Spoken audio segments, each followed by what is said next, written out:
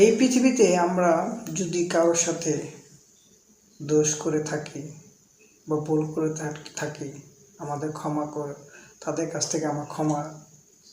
নেওয়া উচিত। কারণ হলো,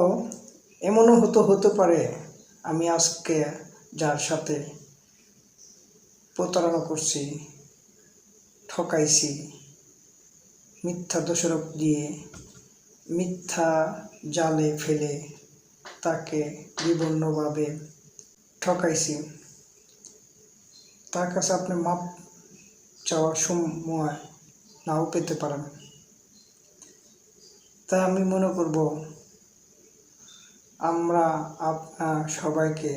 তার কাছে আপনি যে কাজটাই করেন না কেন, যদি মনে করেন পৃথিবীতে সবচেয়ে বড় আদালত হচ্ছে আপনার মন, আর কেউ না, জন্য আপনি